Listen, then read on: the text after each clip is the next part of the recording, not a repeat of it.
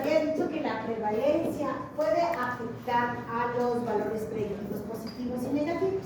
Donde más baja es la prevalencia, obviamente los valores predictivos positivos, negativos van a bajar. ¿De acuerdo? Sin embargo, hay este indicador que es la razón de probabilidades, que en realidad no se va a ver afectado por la prevalencia. Entonces, recuerden también, lo que les había mencionado anteriormente, es que necesitamos generalmente aplicar las pruebas, ¿no es cierto?, en sitios donde la prevalencia sea estable, es decir, donde no haya esa afectación por la prevalencia para que no se vea una distorsión en los resultados de los valores predictivos positivos y negativos. Entonces, como complementario a los otros indicadores se calcula esta razón de probabilidades, ¿de acuerdo? Que también le pueden buscar y encontrar en la literatura como razón de verosimilitud. Cualquiera de las dos es exactamente lo mismo. ¿En qué consiste entonces la razón de probabilidades? Es en la comparación, en hacer una comparación en la proporción entre las personas sanas y enfermas. Aquí es importante porque es muy común la comparación de proporciones. Ahora vamos a ver la profundidad desde la parte estadística, pero siempre estamos haciendo este tipo de comparación de proporciones. Por ejemplo, podemos tener una comunidad A donde, yo qué sé, la frecuencia de hipertensión es de 0.20, ¿ya? Y en la comunidad B donde la proporción de hipertensos es de 0.30. Si yo comparo 0.20 con 0.30, ¿no es cierto? Aparentemente sí hay una diferencia. Habría una diferencia de 10. Aparentemente la comunidad B tiene, ¿no es cierto?, más hipertensión que la comunidad A. ¿Ya? Sin embargo, estas diferencias tienen que establecerse con ciertos métodos estadísticos para confirmar que haya diferencias estadísticamente significativas. ¿Ya?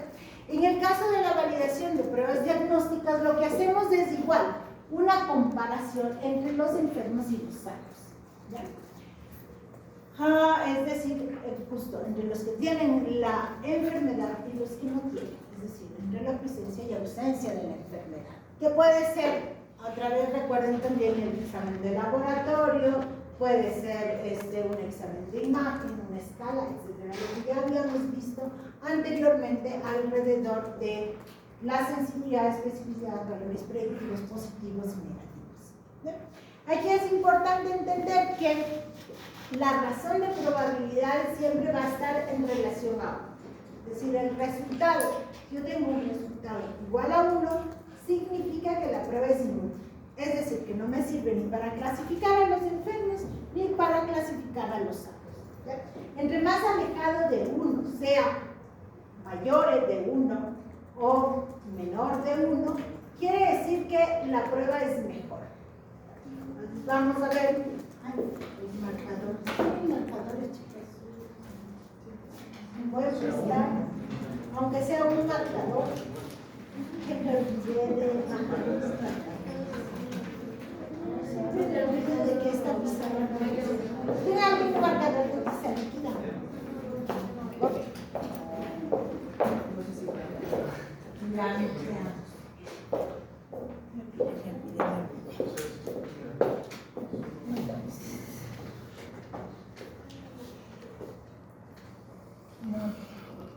No vale. Gracias,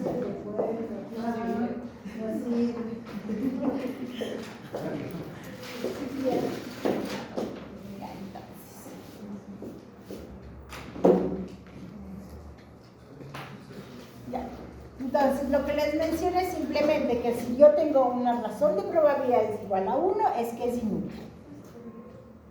Inútil tanto para clasificar a los sanos como a los enfermos.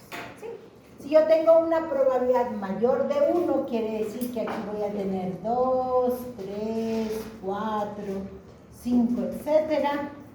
¿No es cierto? Mayor de 1, Entre más alta sea la prueba, entre más alto sea el valor de la razón de probabilidades, la prueba es mejor. ¿Sí?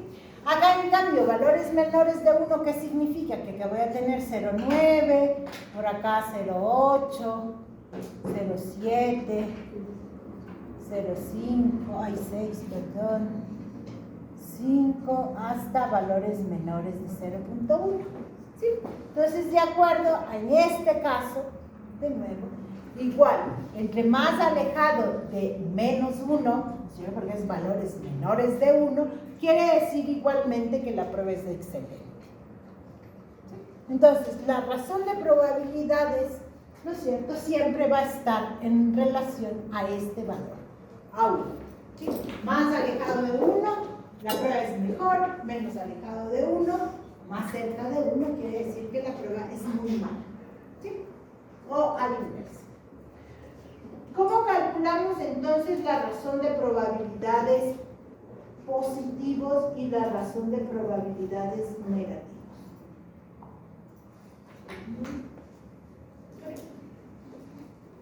Entonces, aquí es súper importante porque estamos haciendo comparación de proporciones. Quiere decir que la proporción, si yo tengo una sensibilidad igual al 85%, ¿cuál es la proporción?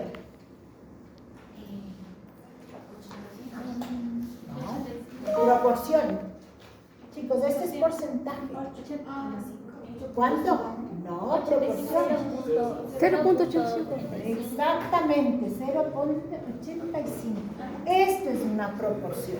¿A qué me refiero? Justamente a que la razón de probabilidades es una comparación de proporciones, no de porcentajes. Entonces, exactamente. ¿Por qué? Porque de lo contrario, luego me dicen que tienen valores negativos. Y yo nunca les van a salir valores negativos. Y es porque en lugar de trabajar con proporciones, están trabajando con porcentajes. Si ustedes en algún momento tienen un valor negativo de la razón de probabilidades, es que hicieron mal. ¿Ya? Que tienen que volver a hacer. ¿De acuerdo? Entonces, volviendo a cómo calculamos la razón de probabilidades.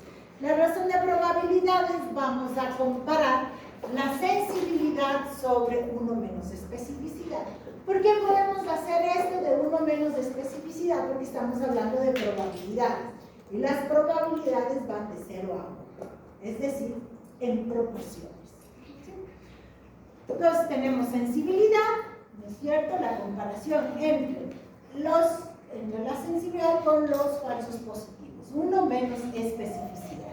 Si yo tengo la sensibilidad del 85%, que sería 0,8, y la especificidad, vamos a suponer que es 90%, en proporción va a ser 0,90. Si yo resto 1 menos 0,90, esto me va a dar 0,10. ¿De acuerdo? Entonces, tener cuidado el momento.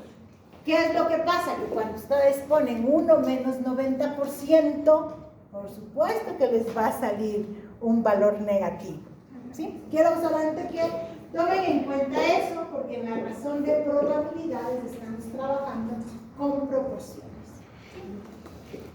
Lo que les mencionaba hace un momento, ¿cómo interpretamos entonces la razón de probabilidad positivo es mayor a 1?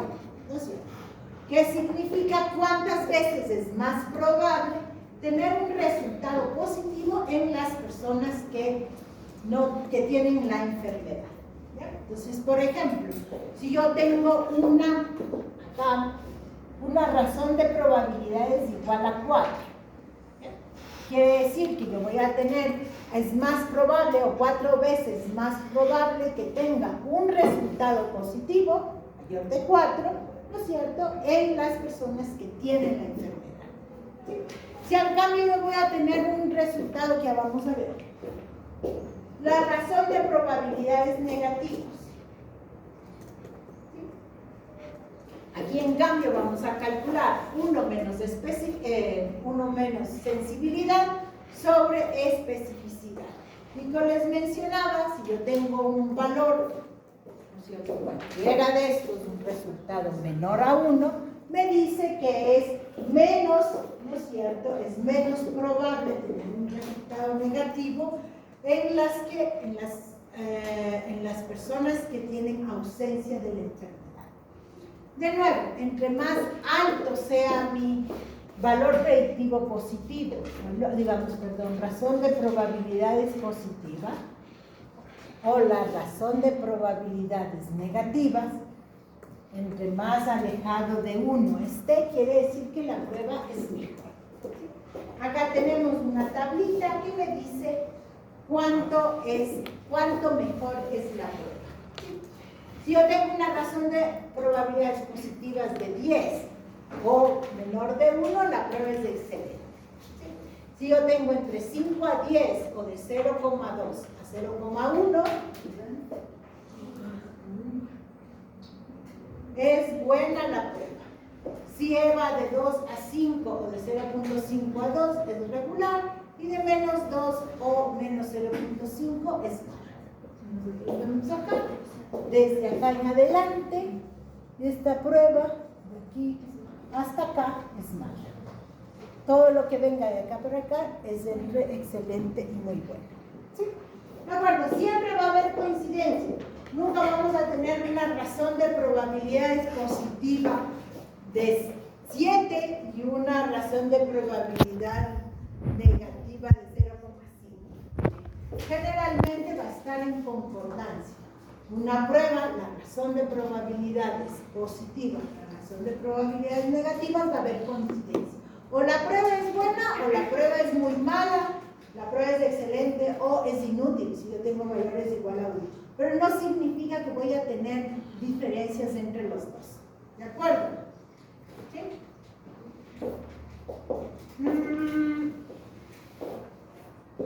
Vamos solamente para completar.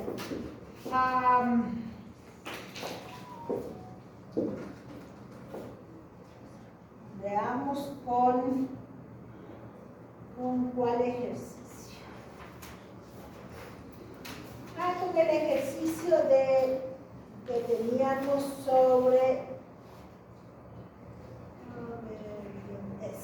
¿no es cierto? Sobre el ultrasonido y el carcinoma. ¿Cuánto teníamos de sensibilidad?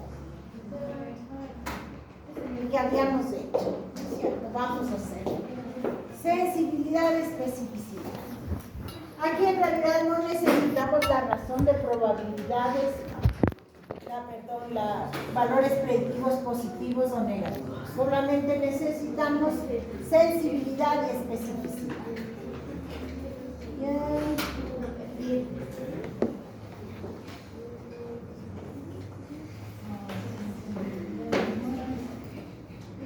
Y especificidad. ¿Qué era? 21 sobre 16. 16 sobre 21. Eso multiplicado por 50 da.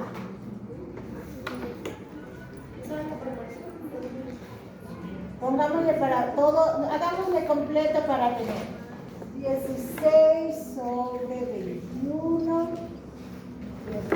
Bien. Y la especificidad vamos a tener 31 sobre 30. 31 sobre 39.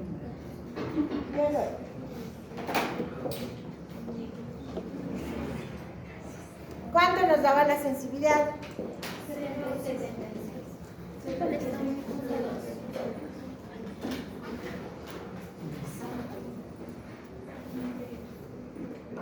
¿Ya? ¿Y la especificidad? 79 puntos. De acuerdo, era cuánto nos servía, qué tan válido era el ultrasonido para la detección de cáncer. De acuerdo. Entonces ahora sí vamos a sacar la razón de probabilidades, tanto positivos como negativos.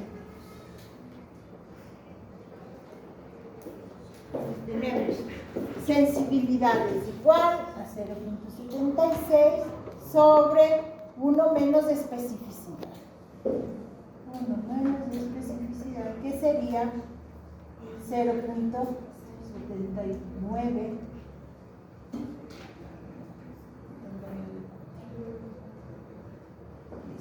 Entonces, ¿cuánto sería la razón de probabilidades positivas? Razón de probabilidades positivas. ¿Bien?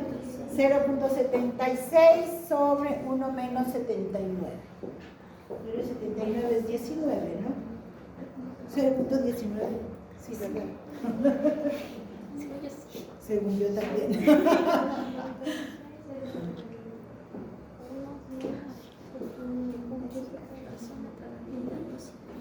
En total da 3.6. Ya. 3.6. Solamente para acá, esto me va a dar, si no, 0.19, 76 con... Ya.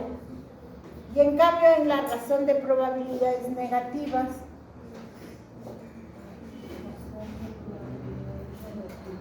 vamos a tener al inverso. Especificidad sobre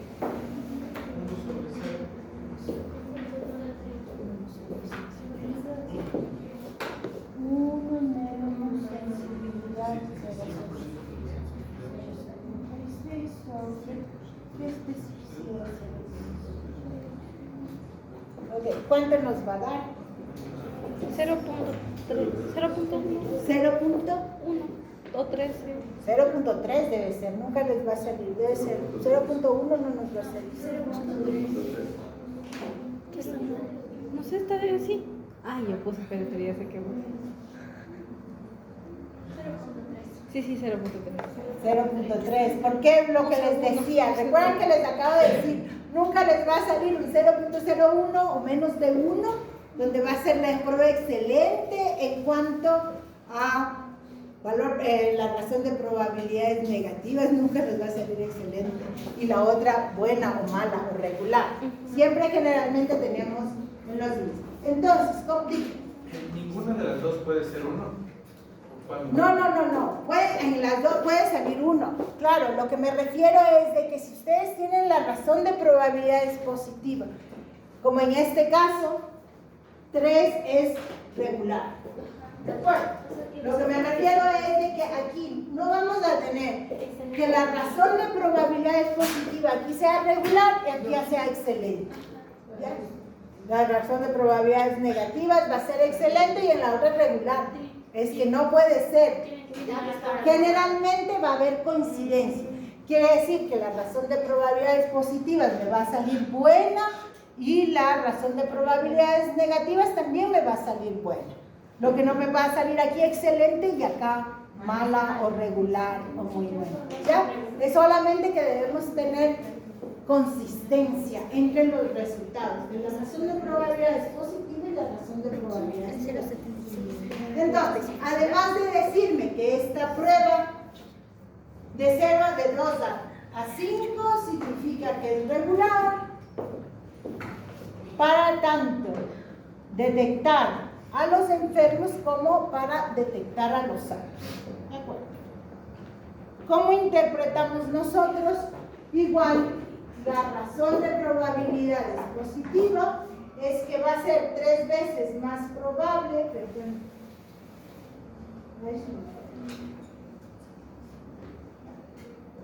entonces nosotros vamos a tener 3 veces mayor probabilidad de tener un resultado positivo en las personas que tienen la enfermedad. Y en cambio, este 0.3 significa que voy a tener menos probabilidad de tener un resultado negativo en las personas sanas. ¿De acuerdo? Siempre vamos a tener el mismo resultado.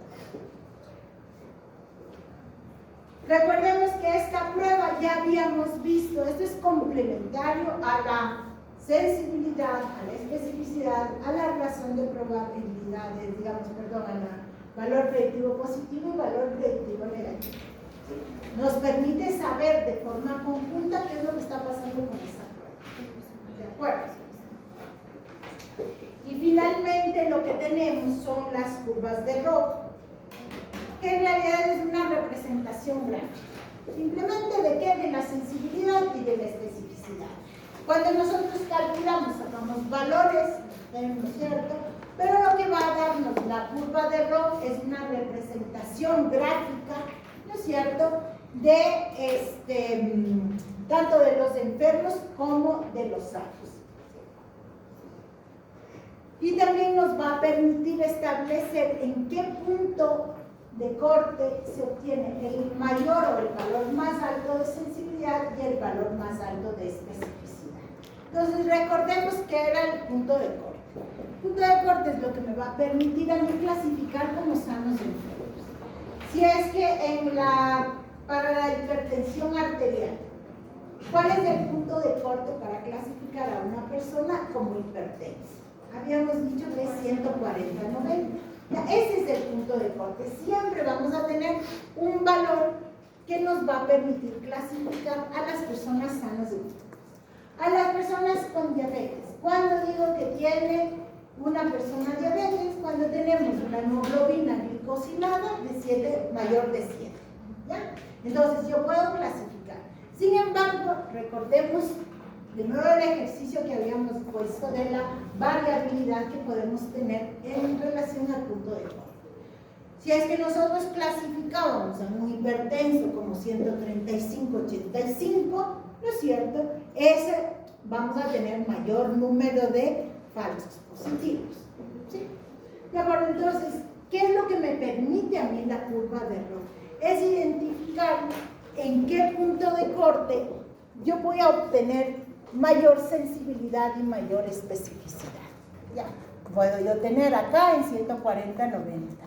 ¿Sí? La más alta sensibilidad. Si yo bajo el punto de corte a 135/80, probablemente esa sensibilidad y esa especificidad va a bajar. Ya, si acá yo tengo 90%, ¿no es cierto? Acá podría tener 85%. Si es que yo bajo a 130, acá pongamos 85. Aquí voy a bajar la sensibilidad y la especificidad, me voy a inventar al 70%. Y así sucesivamente. Por cada uno de los puntos de corte yo voy a tener cierta sensibilidad y cierta especificidad. ¿Qué es lo que me permite a mí ver la curva de Rho? Es gráficamente cuál es el mayor punto de corte en el que yo tengo sensibilidad o mayor sensibilidad y mayor especificidad. Voy a ponerlo solamente acá, ya vuelvo acá un ratito de nuevo. ¿Sí? Esta es la curva de Rho. Entonces acá tengo por un lado la sensibilidad y por otro lado la especificidad. Lo que me permite a mí identificar visualmente, ¿cierto? Va a ser justamente en qué punto de corte cada uno voy a tener mayor sensibilidad y mayor especificidad. Si yo veo en este, ¿no es cierto? Voy a tener una sensibilidad del 25 y una especificidad también del 25. A medida que vaya aumentando cada punto de corte, entonces voy a tener mayor sensibilidad y mayor especificidad. Lo que se trata es de visualmente, ¿no es cierto?, ver en qué punto de corte es donde mayor sensibilidad y especificidad obtengo. Entonces, generalmente esto no se lo hace mano, se hace a computadora, haciendo como un modelo donde va a ir aumentando los puntos de corte y la sensibilidad y la especificidad para poder tener el gráfico. Volviendo acá.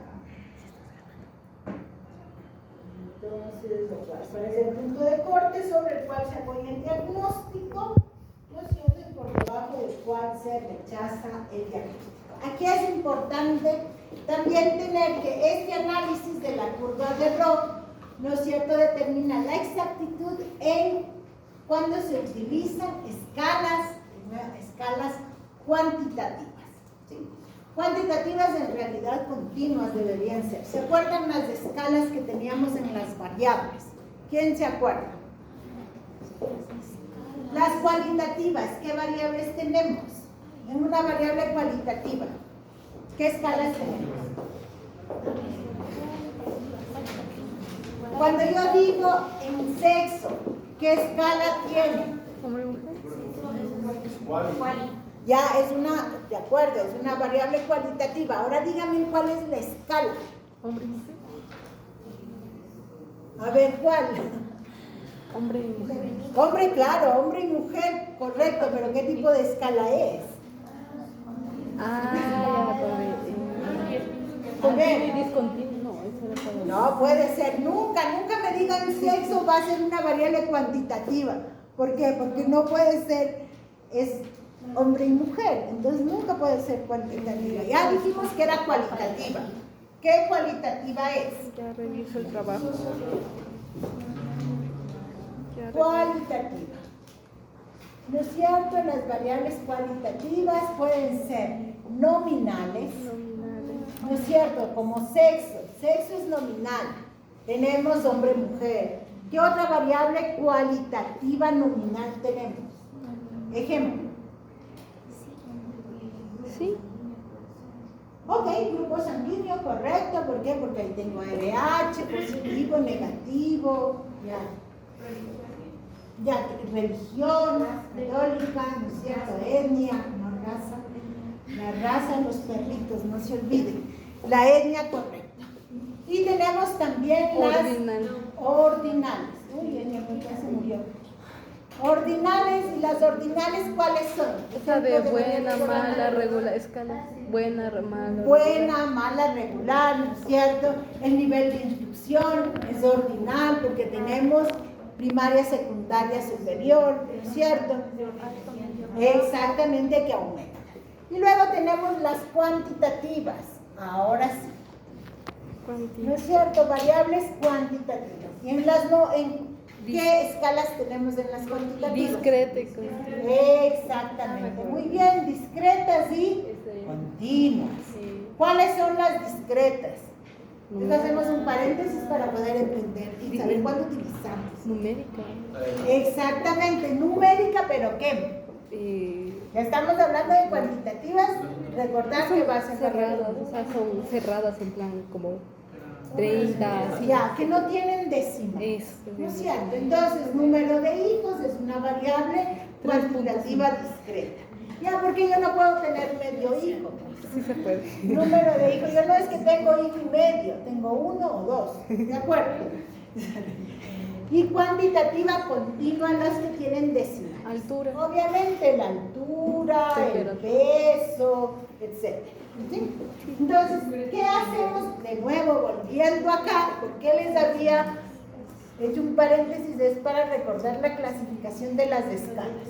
En el caso de las curvas de Rock, entonces, se hacen cuando tenemos variables cuantitativas, especialmente cuantitativas continuas. ¿Ya? Sí se aplican obviamente en las cuantitativas discretas, pero principalmente en las cuantitativas, en las escalas cuantitativas continuas, ¿no es cierto? ¿Por qué? Porque lo que me va a permitir es ver el punto de corte. Y el punto de corte siempre va a ser numérico, nunca va a ser un punto de corte cualitativo. Entonces, me alcanza a ver cuál es el punto de corte en el que se alcanza la sensibilidad y especificidad más alta. Me permite evaluar la capacidad discriminativa de la prueba, es decir, capacidad de diferenciar a los sanos y a los enfermos, y también comparar entre dos pruebas. Recuerden que yo les había dicho que podíamos comparar. Generalmente la variación de pruebas diagnósticas se hace con un estándar de oro, pero en otras ocasiones se puede comparar el rendimiento entre dos pruebas. Entonces, justamente, pero siempre con escalas cuantitativas. Recuerden las escalas que acabamos de revisar. Era lo que les había mostrado.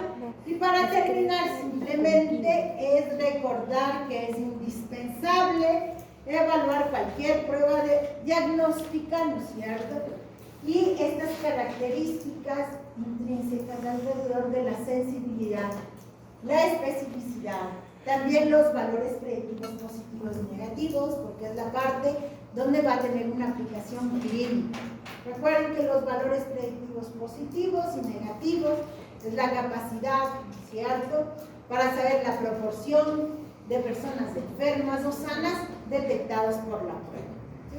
¿Cuántas que fueron positivas? ¿Cuántas en realidad son enfermas? Y de todos los que fueron detectados como negativos para la prueba, ¿cuántos en realidad están sanos? Entonces, las curvas de Rock, de nuevo, me van a permitir discriminar la capacidad del test para diferenciar los sanos y los enfermos, pero también recordar que tenemos otro tipo de indicadores que no solamente son los cuantitativos.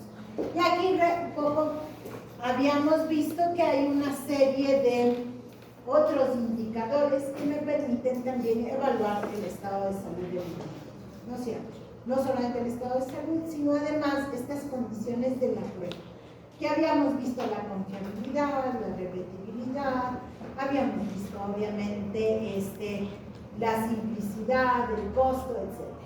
Para entender, ¿no es cierto?, que es importante considerar todos los parámetros para realizar, para validar una prueba.